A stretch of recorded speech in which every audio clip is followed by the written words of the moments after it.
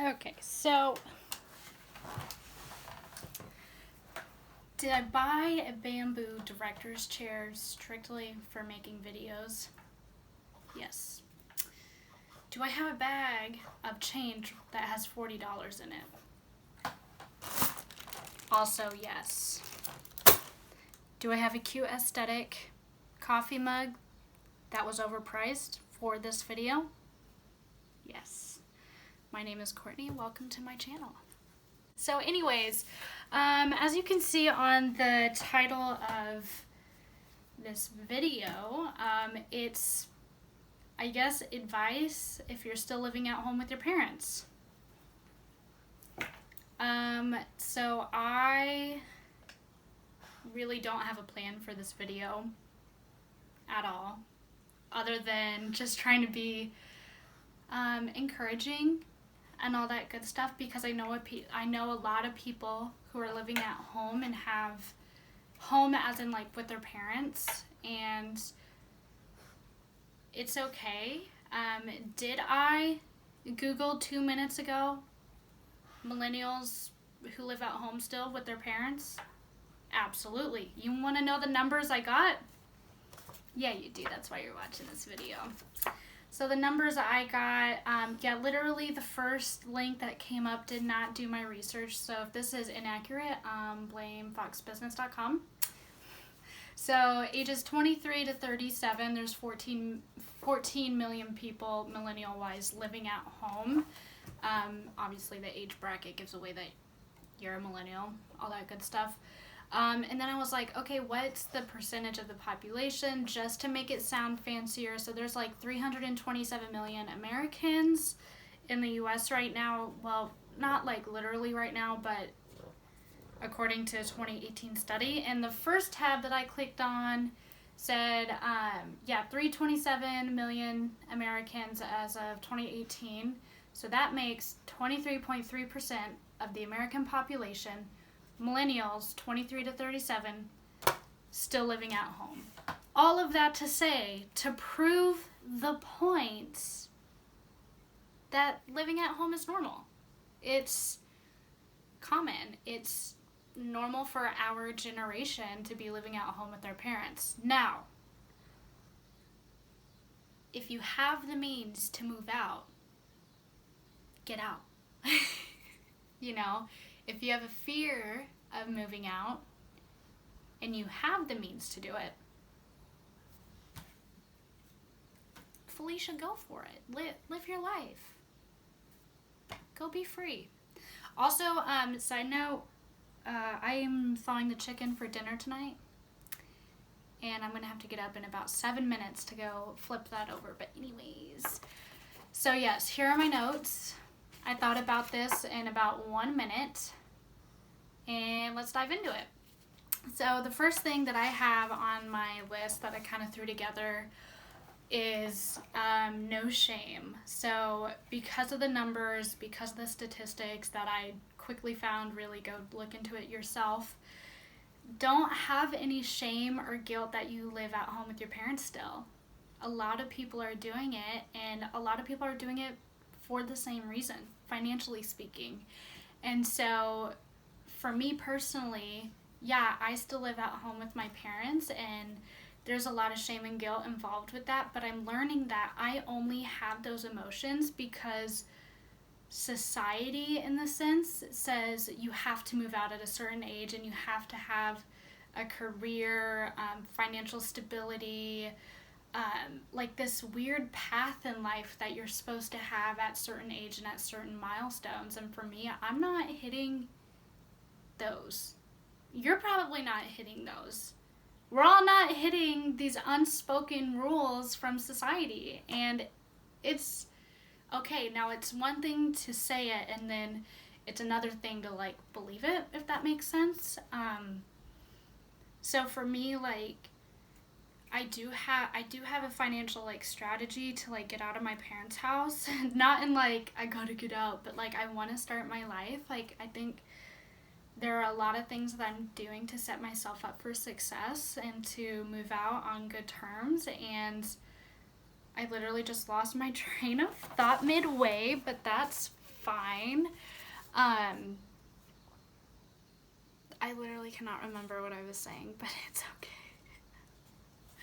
Okay, so what I do to like believe it is to just be open and honest about my feelings and really just communicate with other people that this is how I feel and they can relate, and so to be heard and understood is like number one. Another thing is like I communicate to my parents as well, like my plan financially, how I feel, and they're totally okay with me living at home. My mom is like one extreme and my dad is like the middle ground. My mom is like, live here until you're married, and I'm like, that's not gonna happen soon. And then my dad is like, no, take the time to be here that you need and then get out, you know. But no, my parents are amazing. Ask your parents questions, you know, because I feel like at this age right now, we really don't know. We don't know what we don't know, but we also think that we know it all and we have it all going for us. So absolutely not. And asking questions. So, and this doesn't have to apply to parents. Like if you don't live like with your parents, or if you live with like other like parental figures, let there just be like an open line of communication that keeps you all on the same page. Just because, like for me, I know I get trapped in my mind and I get trapped in like this dream of like what my life could be, but I'm not doing anything active to fulfill that dream, if that makes sense. And it's not a huge dream of like when I retire, which I do have like retirement plans, but that's only like for savings and stuff. But outside of that, I'm just like, I cannot think about making any big decisions 6 to 12 months at a time. So what I do is like I just focus on the now, like short term, like really really short term, and committing to that. But sometimes I need help deciding what's best for me, because sometimes I don't know what's best for me, especially like financially speaking, with like searching for a car, student loans, payment plans, like all of that stuff. And so I know my parents have like gone through that, obviously, since they're older, and so I'm like, hey, how did you guys do it? And then it's like, how can I do it better?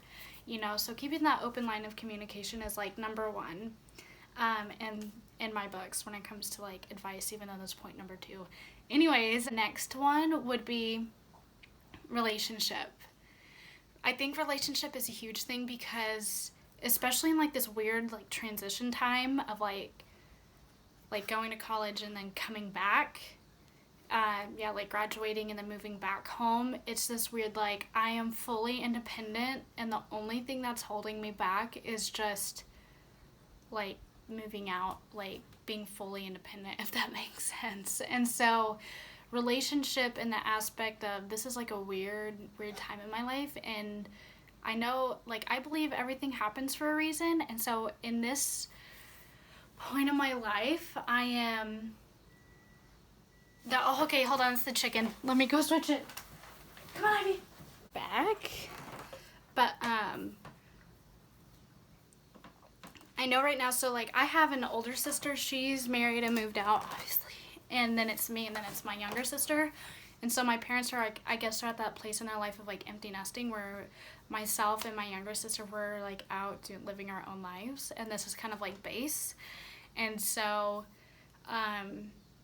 before, like, I know for me personally, before I move on like completely with like moving out and stuff, I know that I'm here for a reason.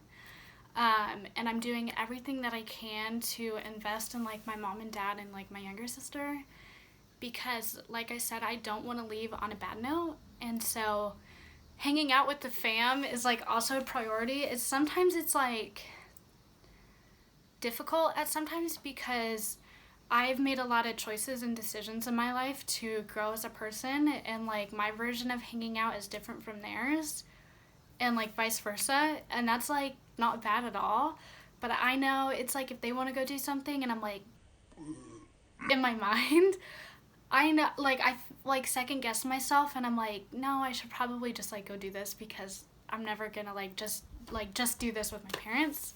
So I make it a priority to have a good relationship with my parents. I guess the next thing would be within the realm of like relationship, kind of, it's like when you go out and do things, if you can pay for yourself, freaking do it. I know a lot of us are at home because of like student loan debt, going to college for too long. Maybe you regret a loan that you got for like a new car, or you're not making enough money, which is like totally real, and that's like okay. Like if you're doing everything that you can to provide income for yourself and it's still not enough, like I totally get it. It's fine.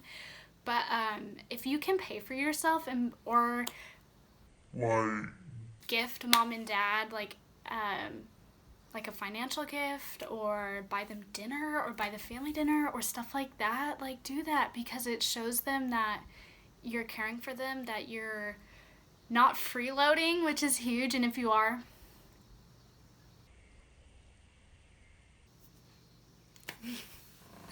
but yeah, just let them know that you are appreciative of the time that you have with them. You can show it and say it in a lot of different ways, but I know like taking care of like your own stuff is like huge. And yeah, so that's like another one. Then let me look on this. Okay, I think I've hit like the main ones. I guess like another thing would be like be smart and be respectful. Where you're living at with your parents, it's not your house, so it's not your roof. Understand that if they do have rules, that you follow through with it, and with like a good heart as well. And I know it's taken me a long time to get to that point, but again, it's just understanding that you're not your own authority quite yet, and that you still have to submit to their leadership and what they have to say about how they're going to run their household, because even though yes, you are a contributing factor of that, you're not leading it. And so that's just kind of like my mindset on that. So be smart and be respectful with like your finances, who you surround yourself with, who you're bringing home. If mom and dad are out of town, you're not trashing the place, you know. You might have, and this is not like at you, because this is also like at me at the same time. Like for me, I have to realize that character and integrity is built behind closed doors. So it's like if mom and dad are out of town, I'm gonna like be respectful and be kind and follow through with the rules, but also know that I like to play pretend sometimes, where it's like if they're gone, I'm like, okay, how would I run this house if it was just me? And so it's like, I'm doing the grocery shopping, I'm cleaning, I'm mowing the lawn, I'm watering the flowers, doing the housework. I already said that, I think.